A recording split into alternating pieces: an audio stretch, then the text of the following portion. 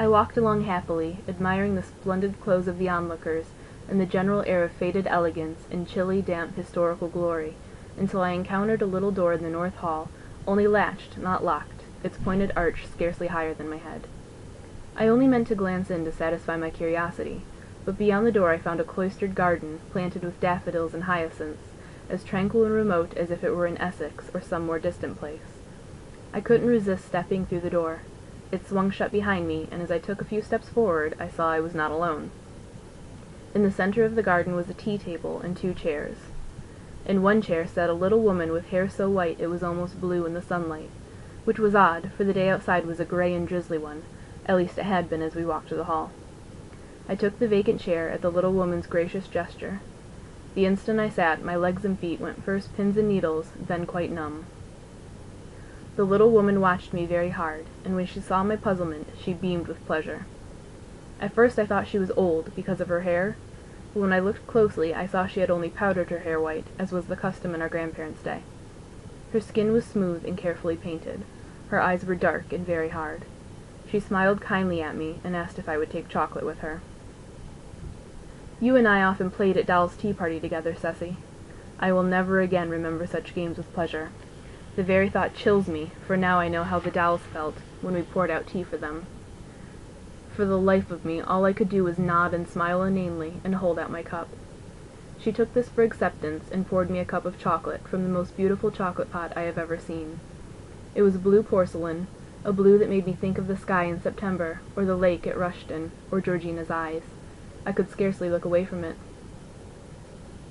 "I was sure you couldn't resist one last attempt to recover it," she said. "Sir Hilary mocked me, but I knew you could not stay away. So I set a trap, as you see, and you have fallen in. But I suppose you deserve credit for confounding my expectations so completely. You've always seemed so exceptionally masculine to me, Thomas. It never occurred to me to think what kind of woman you would make. Really, who would expect you to disguise yourself as your utter opposite?"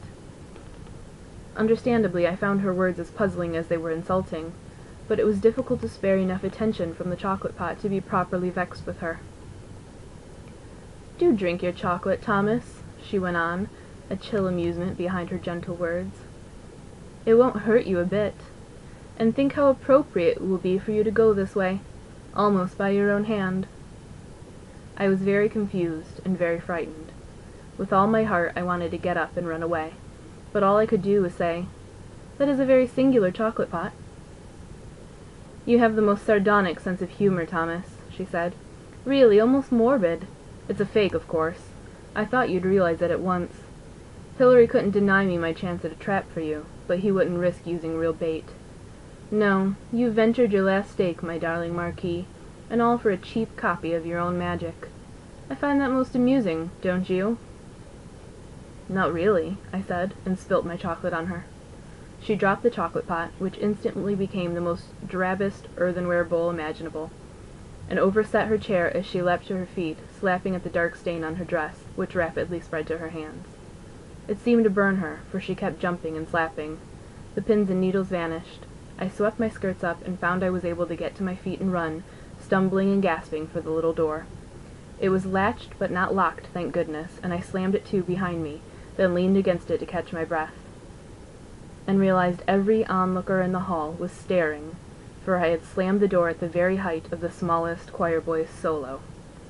I don't need to tell you the rest, do I?